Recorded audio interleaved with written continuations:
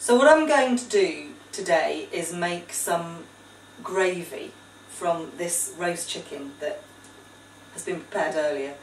And the reason I'm doing this is because I really believe passionately that people don't make good gravy.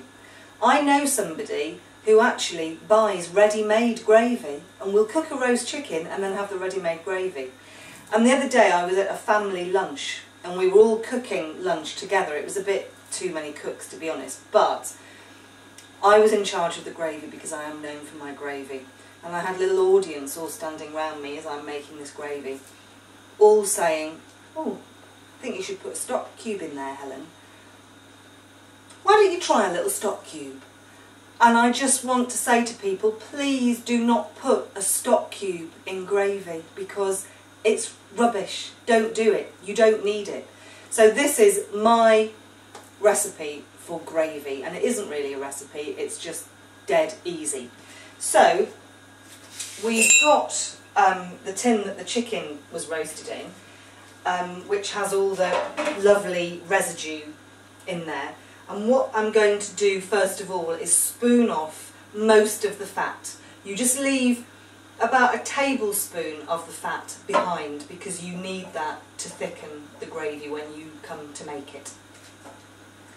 So this is, I think this is probably the most difficult thing actually, is spooning off the fat.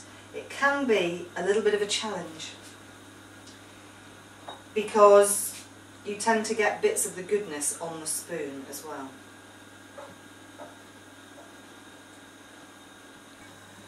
Okay, so the first thing you need to do is put a little bit of flour in there to soak up all the fat that's been left in there. And then you go in there with a whisk. And you whisk that up until the flour's all incorporated with what's in the tin. Now I like, and this is my recipe, and you may disagree and think it's not traditional, I like to add some whole grain or Dijon mustard to this, about half a teaspoon. I also, and some people will think this is sacrilege, I add red wine to my chicken gravy. So a good glug of that, and I've got some vegetable water here from the veg that are steaming over there, so add that. If you had a chicken that had giblets in it, which is like gold these days, you could have made some giblet stock, which would be even better. And then you just whisk all that together and wait until it comes up to the boil, because obviously it needs to boil because the alcohol needs to be burnt off. Now I have got a very good reputation for gravy. In fact, I had a boyfriend once, and when we split up he wrote me a very touching letter saying what he would miss about me. And he wrote, I miss X, I will miss X, I'll miss Y. And then he said, most of all, I'll miss your gravy.